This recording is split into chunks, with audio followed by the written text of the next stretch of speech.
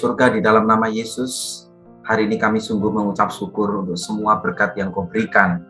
Dan kalau hari ini kami boleh memuji, membesarkan nama-Mu, meninggikan nama-Mu, membaca dan merenungkan firman-Mu Tuhan, ini adalah bagian terbaik dalam kehidupan kami.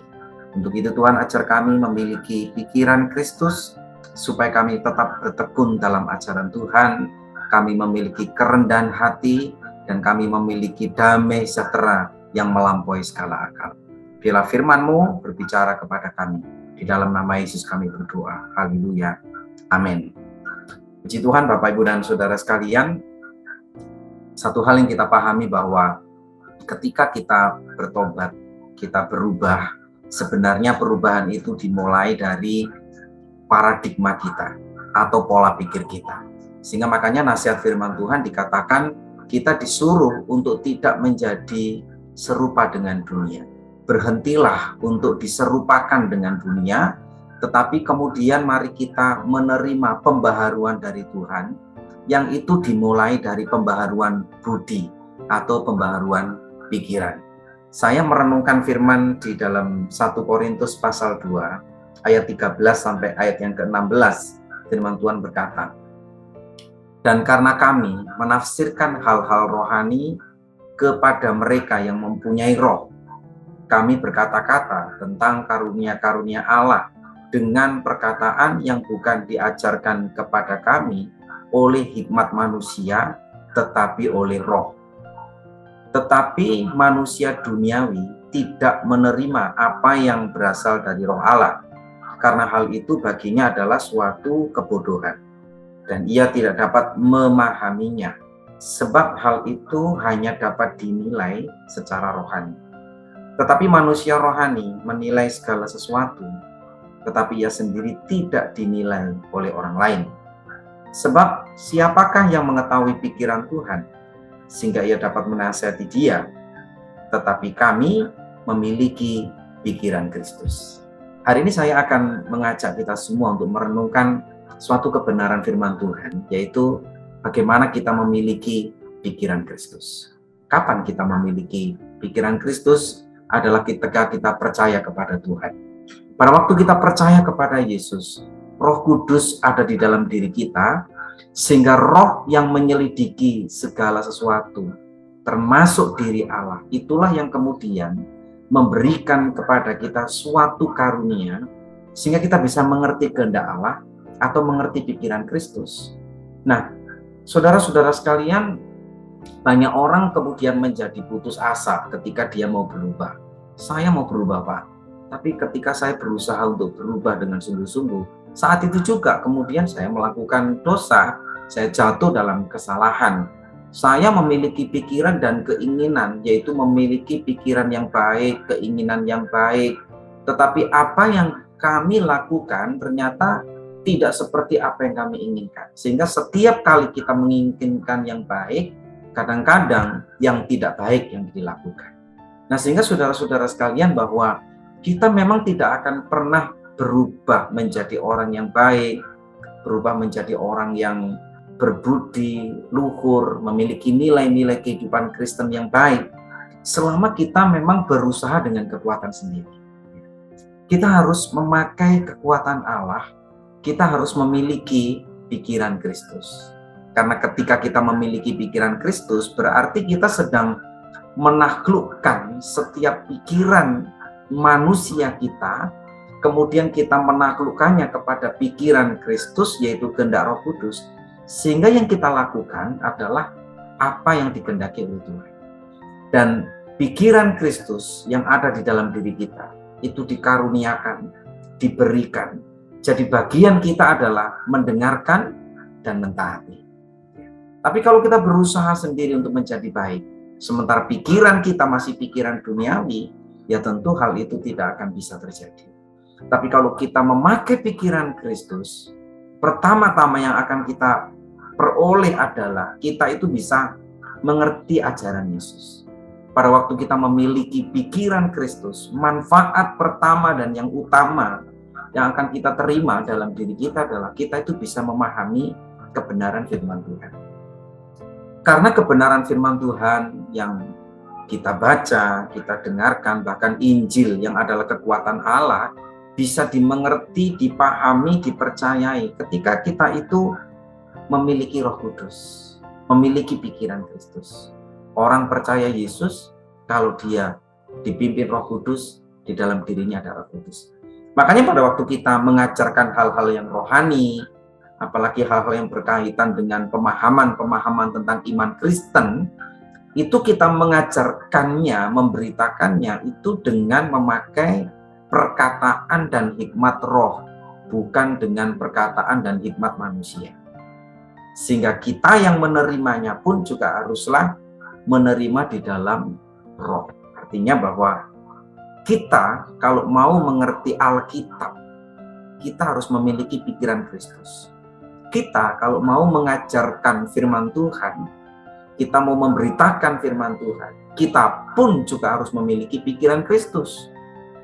Demikian juga dengan orang yang menerima pemberitaan firman Tuhan itu juga harus memiliki pikiran Kristus. Sehingga kita yang memberitakan memiliki pikiran Kristus, orang yang mendengar juga memiliki pikiran Kristus, disitulah kemudian kita menjadi orang-orang yang bisa mengerti ajaran Yesus. Tapi kalau orang kemudian mendengarkan firman Tuhan, memakai pikiran manusia, memakai pikiran duniawi, ya firman Tuhan itu dianggap sebagai suatu kebodohan. Mereka bahkan menista apa yang dinyatakan, kebenarannya dinyatakan di dalam Tuhan Yesus. Masa orang Kristen Allahnya disalib, ya kan? Disalib itu bagi orang yang tidak percaya dan bagi orang dunia itu adalah sebuah kebodohan, sesuatu yang memalukan. Tetapi bagi kita yang hidup di dalam roh, salib itu keselamatan dan kekuatan Allah. Sehingga saudara-saudara sekalian, kita harus memiliki pikiran Kristus, karena ketika kita memiliki pikiran Kristus, kita mengerti firman. Dan firman itulah yang kemudian membangkitkan iman kita semakin bertumbuh. Firman itu juga yang kemudian merubah tingkah laku kita. Jadi ketika kita dipenuhi dengan pikiran Kristus, tingkah laku kita juga akan mengalami perubahan. Tapi kalau kita nggak memiliki pikiran Kristus, kita sulit untuk mengerti hal-hal yang rohani. Karena hal-hal yang rohani harus dipahami juga secara rohani.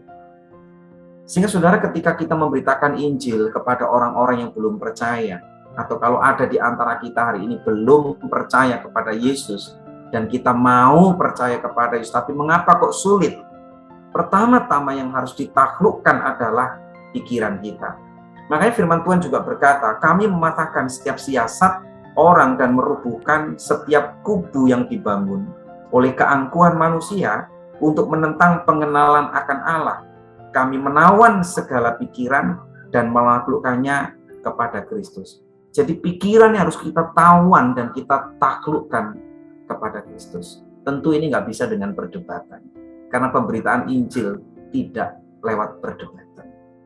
Kita tidak sedang memperdebatkan dan kemudian memaksakan bahwa firman itulah yang paling benar. Meskipun kebenarannya adalah demikian. Firman Tuhan adalah kebenaran yang sejati. Tapi ketika kita memberitakan firman yang adalah kebenaran itu, pertama-tama yang harus kita taklukkan adalah pikiran. Karena benteng-benteng pertahanan, kemudian keangkuhan, kesombongan manusia itu terletak kepada pikirannya. Kalau ini sudah ditawan, ditaklukkan, maka orang akan berubah dan memiliki pikiran Kristus. Dia percaya kepada Yesus, saya yakin firman Tuhan akan dipahami dan dia akan menerima kebenaran sejati, bahkan hidup yang kekal. Saudara, yang kedua, kalau kita memiliki pikiran Kristus, selain kita mengerti firman Tuhan, mengerti ajaran Yesus, sehingga kita juga bertumbuh di dalam Tuhan. Yang kedua, kita itu memiliki perubahan karakter yang luar biasa.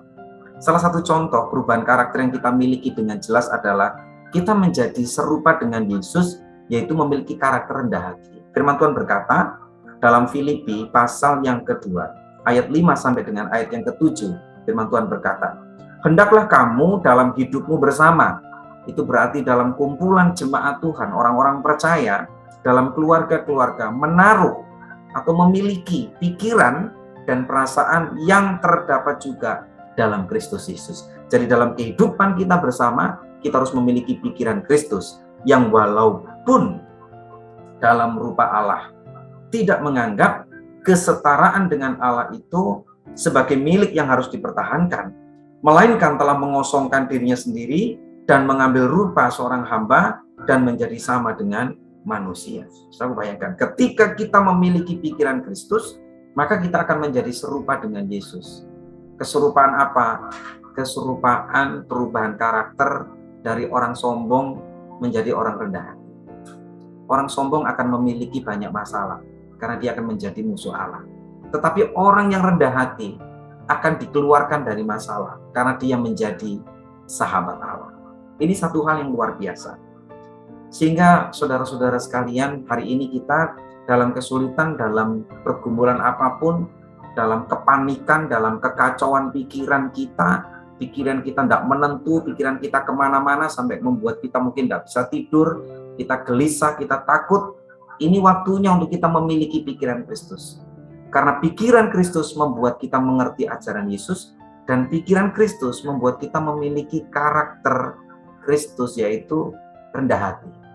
Orang yang rendah hati diberkati. Yang ketiga, kalau kita memiliki pikiran Kristus, kita akan memiliki hidup damai sejahtera.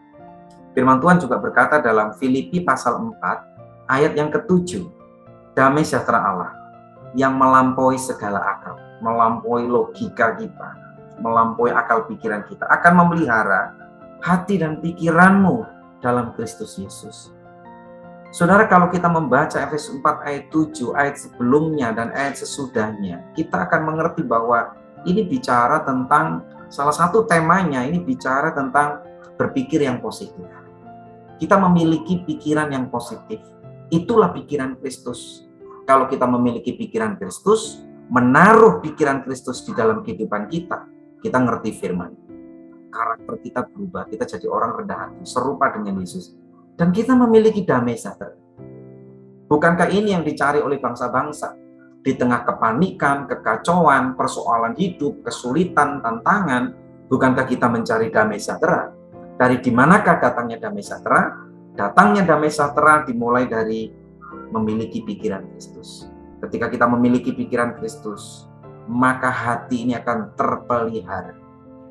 Hati ini akan mengalami damai sejahtera yang melampaui segala akal. Hari ini apa yang menjadi kesulitan kita? Apa yang menjadi masalah dan tantangan dalam kehidupan kita? Jangan pernah ragu untuk percaya kepada Tuhan. Dan Roh Kudus yang membuat kita memiliki pikiran Kristus akan membuat kita ngerti firman, mengubah kehidupan kita. Dan yang terpenting lagi adalah dalam kehidupan tiap-tiap hari kita akan mengalami damai sejahtera. Kalau ada di antara kita yang sakit, pikiran kita kacau, pikiran kita gelisah, miliki pikiran Kristus. Maka pikiran Kristus akan membuat kita menjadi orang-orang yang penuh dengan kedamaian. Kalau hari ini kita sedang putus asa, sedang lelah, menantikan janji Tuhan, kita menjadi orang yang pesimis, kita menjadi orang yang penuh dengan keluh kesah, pikiran kita ke belakang, mari kita miliki pikiran Kristus. Karena pikiran Kristus adalah pikiran yang positif, yang adil, yang benar, yang suci, yang layak didengar. Itulah yang kemudian menjadi bagian kehidupan kita dan akan memberikan damai sejahtera dalam kehidupan kita. Siapapun kita, hari ini mendengarkan firman Tuhan ini, saya mengajak kita untuk mengambil keputusan yang benar. Saya akan mengajak kita semua untuk berdoa. Bapa di surga, di dalam nama Yesus, kami sudah mendengarkan firman-Mu, bahwa kami harus membuka hati untuk menerima Yesus sebagai Tuhan dan Juru Selamat kami pribadi, supaya Roh Kudus tinggal dalam diri kami, supaya kami memiliki pikiran Kristus. Pikiran Kristus, hikmat dari Kristus itulah yang membuat kami mengerti firman Tuhan. Karena Kristuslah yang bisa menyingkapkan selubung yang ada dalam pikiran kami. Setiap benteng-benteng, kesombongan, keangkuhan hidup bisa dipatahkan oleh kuasa Kristus, sehingga kami bisa memiliki pikiran Kristus. Demikian juga hidup kami akan berubah. Kalau kami memiliki pikiran Kristus, kami akan diubahkan. Dan ketika kami memiliki pikiran Kristus, kami akan mengalami damai sejahtera. Kalau Engkau mendapati di antara kami ada yang sakit, kami percaya, Tuhan, Engkau akan memberikan ketenangan dalam hati dan pikiran kami, dan Engkau akan menyembuhkan sakit penyakit kami di dalam nama Tuhan Yesus Kristus. Haleluya. Amin. Jika Bapak, Ibu, dan Saudara sekalian masih membutuhkan dukungan doa dan konseling, silakan menghubungi nomor-nomor yang tertera. Tuhan Yesus memberkati.